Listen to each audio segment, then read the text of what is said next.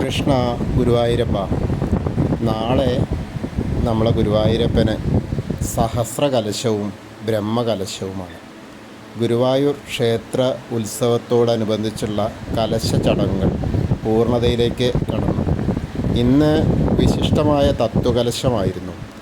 കലശക്കുടങ്ങൾ ഒരുക്കി നാളെ ഗുരുവായൂരപ്പന് അതിവിശിഷ്ടമായ സഹസ്രകലശവും ബ്രഹ്മകലശവും അഭിഷേകം ചെയ്യും. ഇന്നും നാളെയും, അതായത് ശനിയും ഞായറാഴ്ചയും പുലർച്ചെ 4:15 മുതൽ നാലമ്പലത്തിലേക്ക് ദർശനമുണ്ടാവില്ല. അത്രയും വിശിഷ്ടമായ ചടങ്ങായിരുന്നു. ഇപ്പോൾ 2-ാം തീയതി മുതലായിരുന്നു തുടങ്ങിയത്. ഇനി 19 വരെയും ഇത് തുടരും. അതായത് ഉത്സവം മാർച്ച് 10 തിങ്കളാഴ്ച രാത്രിയാണ് കൊടിയേറുക.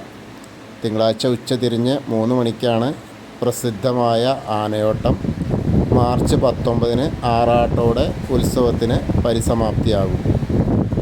ബ്രഹ്മകലശമൊക്കെ ഏറ്റവും പ്രാധാന്യമുള്ളതായത് കാരണം കണ്ടു തൊഴാൻ പറ്റിയാൽ ഏറ്റവും നല്ലതാണ്. അപ്പോൾ എല്ലാവർക്കും ആ ഗുരുവായൂരപ്പൻ്റെ അനുഗ്രഹം ലഭിക്കട്ടെ. കൃഷ്ണ ഗുരുവായൂരപ്പ. 5 വയസ്സിന് താഴെയുള്ള കുട്ടികളെ പ്രവേശിപ്പിക്കില്ല കേട്ടോ 19-ാം തീയതി വരെ. അത് പ്രത്യേകം പറയുന്നുണ്ട്. ഹരേ കൃഷ്ണ. 175 വെള്ളിക്കുടങ്ങളും 26 സ്വർണ്ണക്കുടങ്ങളിലുമായിട്ടാണ് ആ കലശത്തിനുള്ള ജലം നിറച്ചിരിക്കുന്നത്. അത് ആ കൂത്തമ്പലത്തിലാണ്. അതിൻ്റെ ഫോട്ടോ കൂടിയാണ് ഞാനിതിൽ ചേർത്തിയിട്ടുള്ളത്. അപ്പോൾ എല്ലാവരും അവിടെ വന്ന് കാണാൻ സാധിക്കാത്തവർ നമ്മുടെ ഇത് വീഡിയോൻ്റെ അതിൽ ഫോട്ടോ ഉണ്ട്, ആ ഫോട്ടോ കണ്ടുകൊള്ളുക.